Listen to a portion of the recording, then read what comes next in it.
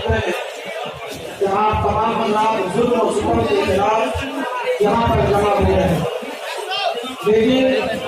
ایک بات بڑی ہمت و جرأت کے ساتھ آپ کے درمیان یہ بھی کہنا ہے کہ جھارکھنڈ میں تبريز انصاری کا جو معاملہ پیش آیا اور بڑی نزدیکی کے ساتھ